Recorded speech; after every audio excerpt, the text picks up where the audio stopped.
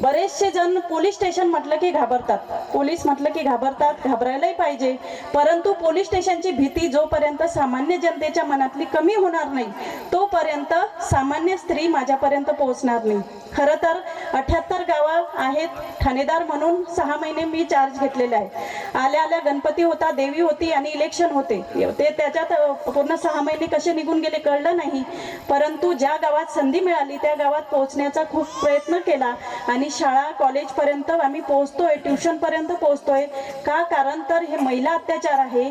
ज्या सुविधा आपल्यापर्यंत दिलेल्या आहे आणि नवीन कायदे जे आलेले आहेत जुलै 2024 पासून ते आपल्यापर्यंत पोहोचले पाहिजे आणि आपल्यासाठीच कायदा आहे हे तुमच्या मनात जोपर्यंत भिनत नाही तोपर्यंत तुम्हाला या गोष्टीची जाणीव होणार नाही. आता स्त्री भ्रूण हत्येचं झालं, ती थोडी मोठी होते मुलगी, तिला घरच्यांचा धाक असतो, हे घालू नको ते घालू नको, अशी वाग तशी वाग, भावाचा एक धाक असतो. त्याच्यानंतर ती मोठी होते, मुली चांगल्या राहत नाही गावात, 10 पैकी 1 कुणीतरी पळून चालली म्हणून 9 मुलींवर त्यांचा परिणाम होतो आणि त्या मुलींचा घाईघाई बालविवाहाच्या मागे लागल्या जाते. का तर मुलीला जबाबदारी समजल्या जाते. म्हणजे महिला अत्याचाराचा प्रकार सांगते मी तुम्हाला की महिला अत्याचार कोणत्या प्रकारे असतो. तर बालविवाह करणे आणि त्याच्यात काय होते की मुलगा बघितला जात नाही. सासऱ्याकडे 10 एकर जमीन आहे, सासऱ्याचं घर चांगलं आहे आणि ह्या गोष्टी बघितल्या जातात. सासरा किती गडगंज संपत्ती आहे ह्या गोष्टी बघितल्या जातात. कुठंतरी अर्धवट शिक्षण ठेवून आपल्या मुलीचं लग्न ठरवले जाते. आणि अजून एक महिला अत्याचाराचा प्रकार आहे की हुंडा. आपल्याला माहिती आहे की हुंड्याचे नाव बदललेले, स्त्रीधन मानधन वेगवेगळे आलेले. आणि काही मुलं, हुशार मुलं तर आजकाल म्हणतात, कारण का त्या मुलाला ज्या पोटतिडकीनी वडिलांनी पैसे लावून शिकवलेलं असतं त्याच वेळेस त्या मुलीलाही पैसे लावूनच शिकवलेलं असतं. ही जाणीव कुणालाच नसते.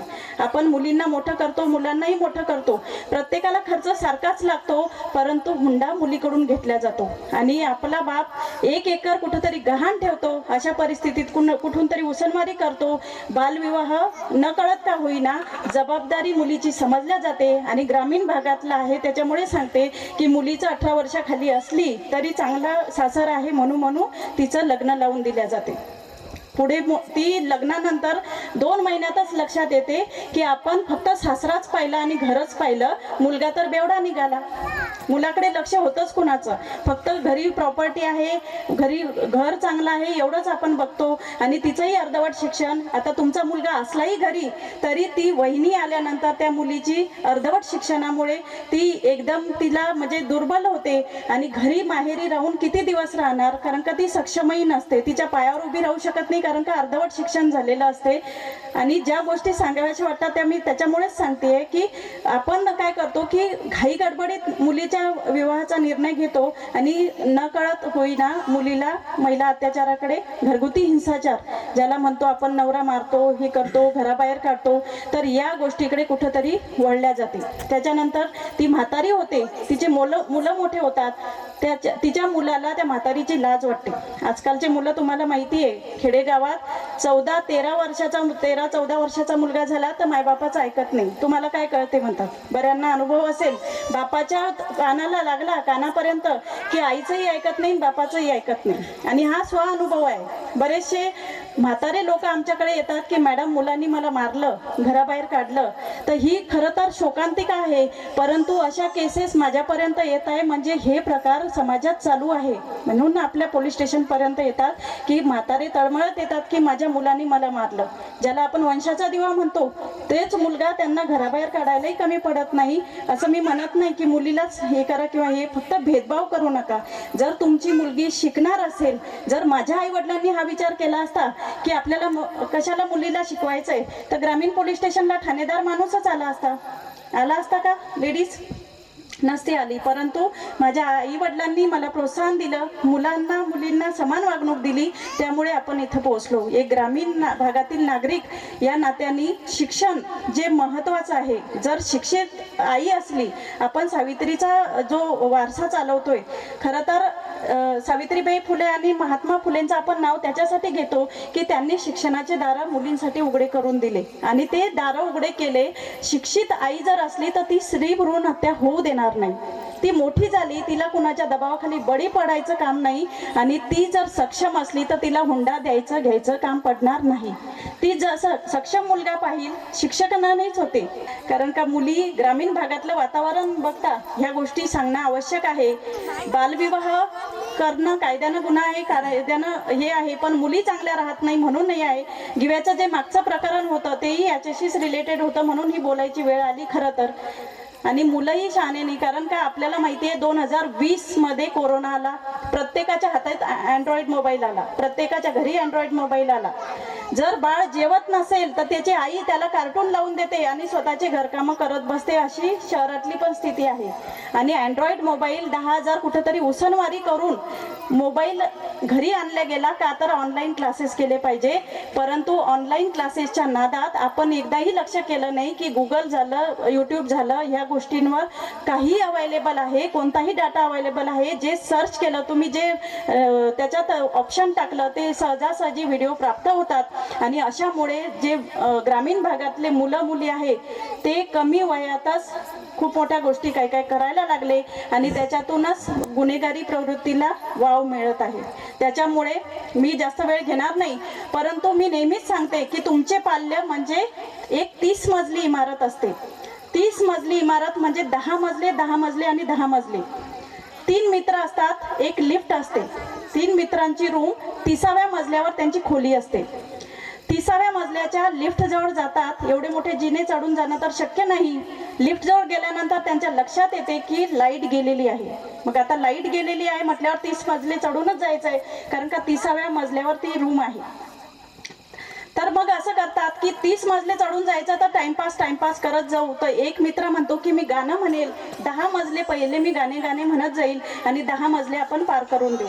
दुसरा मित्र म्हणतो की मी काय करतो, जोक सांगत जातो पुढचे 10 मजले आणि नंतर आपण काय करू की 20 मजल्यापर्यंत सहज जाऊ. तिसरा मित्र थोडासा आगाऊ असतो, तो म्हणतो की मी काय करतो, वाईट गोष्टी सांगत जातो, असा टाइमपास होईल आणि आपण 30व्या मजल्यावर पोहोचून जाऊ. पहिल्या मजल्याची पहिली पायरी पहिल्या मित्राचे गाणे सुरू होतात, तसे 10 मजले गाणे संपतात. 11व्या मजल्याची पहिली पायरी दुसऱ्या मित्राचे जोक सांगणं चालू होतात. 20वा मजला संपतो जोक ऐकण्यात आणि 21व्या मजल्याची पहिली पायरी आणि तिसरा मित्र वाईट गोष्ट सांगायला लागतो की 30व्या मजल्यावर आहे. खरं तर कुणाला कळलं असेल कुणाला नाही, परंतु जी पार्किंग असते म्हणजे पहिल्या तळमजल्यावर त्यांची चाबी राहिलेली असते, जेव्हा ते 20व्या मजल्यावर पोहोचतात तेव्हा त्यांच्या लक्षात येते तर हे 30 मजले म्हणजे तुमच्या मुलाच्या करिअरचे 30 वर्ष आहे. पहिले 10 वर्ष तर 8वी पर्यंत मुलगा सरकार तसाही पास करून घेतोय, काही अभ्यासाची गरज नाही, काही गरज नाही. पुढचे 20 मजले जेव्हा त्याचं कॉलेज कुमार, बऱ्याच आया म्हणतात की माझं पोरग हिरो दिसायला लागलं है ना, म्हणजे कोणत्याही आईला पोरग टुकार जरी असलं तरी त्या आईला तो मुलगा चांगलाच वाटतो का तर तिचं प्रेम असते. परंतु नकळत का होईना त्याचे त्या काळात म्हणजे त्याचं कॉलेज लाईफचं वय असतं आणि त्याच्यातच त्याचं करिअर ठरणार असतं की तो पुढे काय करणार आहे. आणि अशा 20 मजले म्हणजे 20 वर्ष होईपर्यंत हे मुलं टाइमपासच्या मागे लागतात आणि ज्या वेळेस करिअर घडवण्याची वेळ येते, संधी एक वेळाच येते, त्याला समोरून केस असतात, ते मागून टक्कल असते. जर संधी आली तुमच्या दारावर नॉक केलं, ते दार उघडून तुम्ही पटकन उचलली तर संधी तुमची, नाहीतर तिनं जर पाठ फिरवली तर ती निघून जाते, तुमच्या हातातून संधी निघून जाते. आणि आपल्या खेड्यातल्या ग्रामीण भागातल्या मुलांचं हेच होत चाललं मुलं. आणि एक कुठंतरी भीती असते की मी स्वतः ग्रामीण भागातली आहे, असंच खेडेगावातून पुढे आलेली आहे. माझ्या गावातही 10वी नंतर मुलींना कुठेही शिकवत नव्हते, घरचं माझं शैक्षणिक वातावरण होतं. परंतु गावात आताची परिस्थिती सांगितली तर मी PSI झाली, पोलीस सब इन्स्पेक्टर म्हणून माझी 2012ला निवड झाली. त्यावेळेसपासून आतापर्यंत बऱ्याच बऱ्याच मुली बाहेर गावी शिकायला जात आहेत, कारण का एक घडलं तर पुढचं घडवायला कारण बनते आणि त्याच्यामुळे प्रोत्साहन मिळते. जर एक बिघडलं गावातलं तर पूर्ण गावाला त्या गावाचा बट्टा लागणे असाही प्रकार होतो. त्याच्यामुळे कोणताही भीती खरं तर कलेक्टर जर बनत असेल तर तो ग्रामीण भागातला मुलगा बनतो. इतकं हुशारी ग्रामीण भागात खचखचून भरलेली आहे, फक्त मार्गदर्शन नसते. मॅडम दिसताय पोलीस सब इन्स्पेक्टर, पण सब इन्स्पेक्टर बनायचं कसं हेच कुणाला माहिती नसते. गावी राहत असल्यामुळे खेड्यातलं वातावरण, आपण गाव सोडून जर गेलं, जेव्हा आपण वाशिम सिटीमध्ये जाणार तिथं शिक्षण घेणार तेव्हा आपल्याला कळते की स्पर्धा परीक्षा काय. पण गिव्यात राहून आपल्याला कळत नाही आणि कुणी सांगणारं पण नसते, कारण का मागच्यांनाही माहिती नसते आणि पुढच्या पिढीलाही इच्छा असली तरी त्यांना सांगणारं कुणी नसते. आता परिस्थिती बदललेली आहे. बऱ्याचशा हे तुम्हाला सहज इंटरनेटवर याच्यावर करिअरच्या संधी उपलब्ध आहेत आणि बरेचसे लोक आपले पाल्य जे आहे ते शहरात किंवा इतर ठिकाणी शिकायलाही पाठवत आहेत. पण शिकायला पाठवताना अजून एक महत्त्वाची गोष्ट, त्याची संगत कशी आहे. त्याची संगत मुली म्हणजे बिघडवणारी आहे की घडवणारी आहे. कारण का पाण्याचा एक थेंब जर तापलेल्या तव्यावर पडला तर तो नष्ट होतो, परंतु तोच जर शिंपल्यात पडला तर त्याचा मोती होतो. मला जर एखाद्या मुलीची किंवा मुलाचे भाडळी काढायची असेल कसा आहे, तर मी आधी तिची मैत्रीण कशी आहे, तिचा मित्र कसा आहे, तिची संगत कशी आहे हे बघणार. जर तो चांगला असेल, कारण का चांगल्याला चांगलंच मिळत जाते, वाईटाला वाईटच मिळत जाते. त्याच्यामुळे आपल्या मुलाची संगत. दुसरी गोष्ट म्हणजे आपला मुलगा वाशिमला जातोय, आपला मुलगा ट्युशनला जातोय, मुलगी ट्युशनला जाते, म्हणून डोळसपणे त्यांच्यावर श्रद्धा ठेवा, अंधश्रद्धा नको. वाशिमला चालला तर तो टुकार सारखा टपरीवर बसतोय का खरंच क्लासमध्ये चालला, एकदा पालक या नात्याने बघणं आपलं गरजेचं आहे. एका बनियनवर बाप राहतो, सोयाबीनचे दारे धरायला जातो, सोयाबीन सोंगायला जातो, परंतु मुलाला jeans pant T shirt hero सारखं ठेवतो का, तर मुलगा शिकला पाहिजे, चार माणसात त्याला लाज वाटली नाही पाहिजे शिक्षणाची, म्हणून आपण त्याला चांगली बॅग, चांगले कपडे, चांगले बूट उपलब्ध करून देतो. परंतु याची जाणीव त्या मुलाला असणं गरजेची आहे आणि ही जर जाणीव असली तर कोणीतरी मुलगा गावातून पण चांगला घडत जातो आणि त्याला बघून पुढची पिढी उभी राहत असते.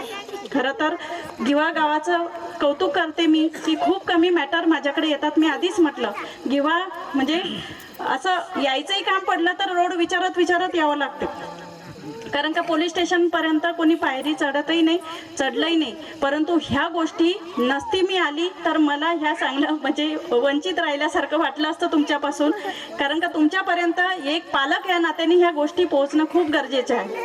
आणि दुसरी गोष्ट म्हणजे तुमचा मुलगा टुकार आहे का कसा आहे हे तुम्ही साध्या कटिंगवरून पण ओळखू शकता. एक कोंबडा कट असते माहिती आहे ना, खालून टक्कल असते, वरती तुऱ्यासारखा एक लाल हिरवे पिवळे सोनेरी तुरा असतो, तसा फॅशन आहे ती. आता जर मध्यमवर्गीय किंवा उच्च फॅमिलीतला कुटुंबातला मुलगा जर तशी कटिंग करत असेल तर ठीक आहे, पण गिव्हा गावातलं ज्याची 2 टाईमची जेवणाची सोय नाही, त्याचे वडील त्याला कुठेतरी 20, 25, 30 रुपये रिक्षाला देतात, 10 रुपये 20 रुपये तिथं नाश्त्याला देतात कॉलेजला जाऊन येण्यासाठी, त्या कटिंगची जर किंमत न्हाव्याच्या टपरीत विचारली तर 500 रुपयापासून 2000 पर्यंत 5000 पर्यंत म्हणजे सिटीनुसार आहे. तर तुम्ही जर त्याला खर्चायला रोजचं 50 रुपये धरा, 50 रुपये जर देत असाल की रिक्षाचे यायचे जायचे आणि 30 रुपये नाश्त्याचे, आणि तो जर त्याच संध्याकाळी तशी कटिंग करून येत असेल तर एकदा आत्मपरीक्षण करणं गरजेचं आहे की यानं पाकिट मारलं का हा कोणत्या तुकाराच्या संगतीला लागला, त्यांनी मित्रत्व कसं आहे, त्याचा मित्र कसे आहेत हे बघणं गरजेचं आहे. कोणत्याही आईला आपलं पोरगं हिरो सारखंच वाटणार आहे, परंतु प्रोत्साहन देतो. आपण बघतो की पहिल्यांदा पेन्सिल चोरून आणते, आई काहीच बोलत नाही, नंतर मोठ्या मोठ्या गोष्टी घडत जातात, शाळेतून रबर चोरते, पेन्सिल चोरते, पेन चोरते, आई काहीच म्हणत नाही. असं करता करता तो अट्टल गुन्हेगार बनतो, न्यायालयात जाते गोष्ट, आणि ज्या वेळेस न्यायाधीश म्हणतो की तुमचा मुलगा तुम्ही काय केलं, तेव्हा तो मुलगा म्हणतो, शेवटची इच्छा विचारतो न्यायाधीश साहेब, त्यांना विचारतात त्या चोराला की तुझी शेवटची इच्छा काय, तर तो म्हणतो की मला एकदा आईशी बोलायचंय. तो आईला जवळ बोलवतो, तिच्या कानात काहीतरी सांगायला जातो आणि जोरात तिचा कान चावतो. न्यायाधीशांच्या लक्षात ही गोष्ट येत नाही आणि ते म्हणतात की अरे तू आईला बोलवलं आणि आईचाच कान चावायला लागला. तर तेव्हा तो म्हणतो की साहेब, मी जेव्हा पहिले खोडरबर चोरलं, मी जेव्हा पहिली पेन्सिल चोरली, तेव्हाच माझ्या आईने माझा कान पकडला असता तर आज मी एवढा जन्मठेपेपर्यंत फाशीपर्यंत गेलो नसतो. खरं तर कृपा आईची आहे. आज पुरुष प्रधान संस्कृती आहे. किती माई पुढे गेली तरी घराचा करता पुरुष असतो. पुरुष हा दिवसभर 24 तास कामानिमित्त बाहेर आहे, परंतु जी आई आहे, पूर्ण गावाच्या लक्षात जी गोष्ट येते ती आईच्या तर यायलाच पाहिजे. आणि जर मुलगी एखादी पळून गेली, हे सांगायचं का तात्पर्य असं की एखादी मुलगी जर पळून जात असेल, पोलीस स्टेशनला केस येत असेल, तरीही तिची आई म्हणते माझी मुलगी तशी नाही. ठीक आहे, तुमची मुलगी तशी नाही तर पळून तर गेली ना, मग लक्ष कुठं होतं. आणि शेजारची बाई जर ग्रामीण भागातलं वातावरण, शेजारची जर तिला सांगायला गेली तर त्यांचेच भांडणं लागतात. तू तुझ्या पोरीला बघ, तुझ्या पोरीकडे लक्ष दे, माझ्या पोरीकडे लक्ष द्यायची गरज नाही. हे वातावरण खेड्यातलं आहे. त्याच्यामुळे आपल्याला डोळसपणे मुलांकडे लक्ष द्यायला पाहिजे. त्याचं आधी सांगितलं मी, संगत गुण आणि बाकीच्या गोष्टींकडे पण लक्ष द्यायला पाहिजे. गिव्याचे मुलं मुली खूप चांगले आहेत, मी म्हणत नाही गिव्याचे पळून चालले म्हणून, पण होऊ नये भविष्यात. कारण का संगतीचा परिणाम असतो, यूट्यूबचा परिणाम आहे. ज्या वयात ज्या गोष्टी करायला पाहिजे त्या गोष्टी होत नाही आणि तुमचं करिअर बाजूला राहते. आणि ह्या गोष्टींना प्रोत्साहन दिल्यामुळे कुठंतरी अर्ची परशासारखे सैराट पिक्चर येतात आणि स्वतःचा सल्ल्या, स्वतःचा स्पर्शा, स्वतःची भूमिका स्वतःच ठरवून घेतात की अर्ची कोण आहे, परशा कोण आहे.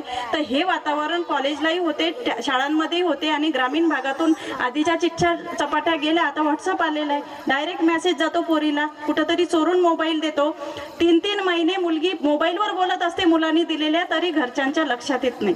मी म्हणत नाही, पण एक ऑफिसर या नात्याने आपण डोळस राहणं खूप गरजेचं आहे आणि ती काळाची गरज आहे.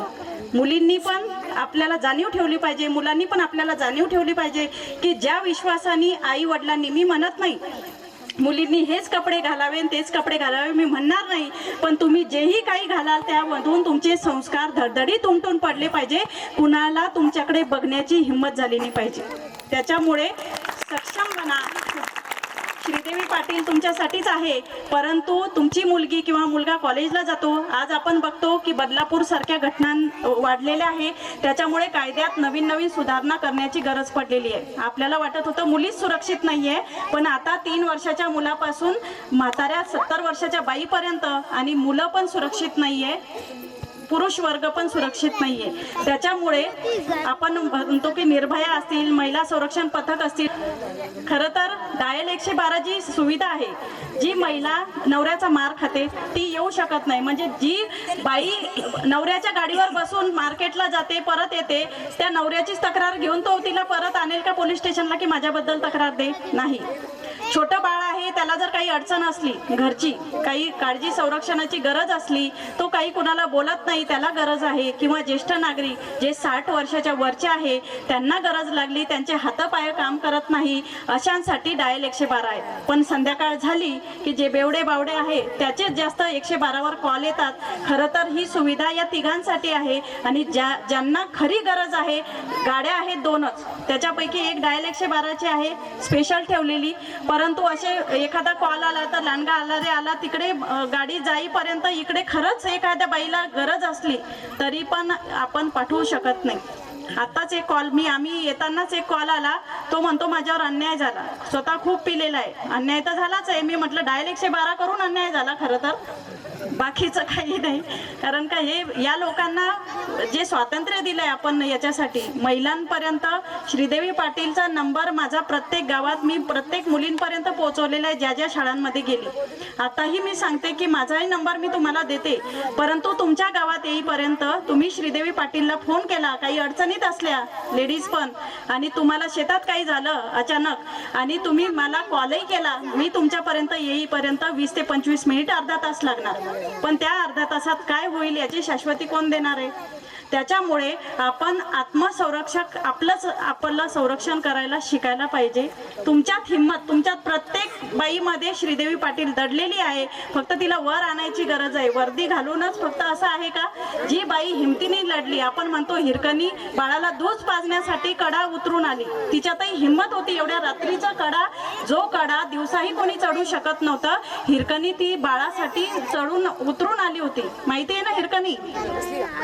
तर ही हिंमत महिलांमध्ये आहे आणि प्रत्येकामध्ये आहे. आज मला तुम्ही इथं बोलवलं, जास्त वेळ घेतला मी बोलायचा, पण ज्या गोष्टी आवश्यक वाटल्या, बोलायचं तर भरपूर असते, परंतु ज्या म्हणजे ग्रामीण स्तरावर ज्या आवश्यक वाटल्या त्या गोष्टी सांगाव्याच लागतात आणि नाही म्हटलं तरी त्या सांगाव्याच लागतात. कारण का घटना घडून गेल्यानंतर काउन्सिलिंग करण्यापेक्षा आधीच जर 2 गोष्टी सांगितल्या तर निदान इथून पासून पुढे तुम्ही त्या गोष्टीवर लक्ष देणार आणि खरंच आहे आणि सावध होऊन जा. खरं तर शेवटी एवढंच म्हणावं लागते की यहाँ सब कुछ बिकता है दोस्तों, रहना जरा संभाल के. यहाँ सब कुछ बिकता है दोस्तों, रहना जरा संभाल के. बेचने वाले हवा भी बेच देते हैं गुब्बारों में डाल के. सच बिकता है, झूठ बिकता है, सच बिकता है, झूठ बिकता है, बिकती है हर कहानी. 3 लोक में फैला है, फिर भी बिकता है बोतल में पानी. कभी फूलों की तरह मत जीना, जसं महिलांना सांगितलं मी, कभी फूलों की तरह मत जीना, जिस दिन खिलोगे मुरझाकर बिखर जाओगे. जीना है तो पत्थर की तरह जियो, जिस दिन तराशे गए खुदा बन जाओगे. खरं तर हिंदी समजलं का? हिंदी सिरियल समजतात नाही, हे नाही समजलं का? आता घरी गेल्या की सिरियल लावून बसतात त्या, आहे का नाही? तरी चालते.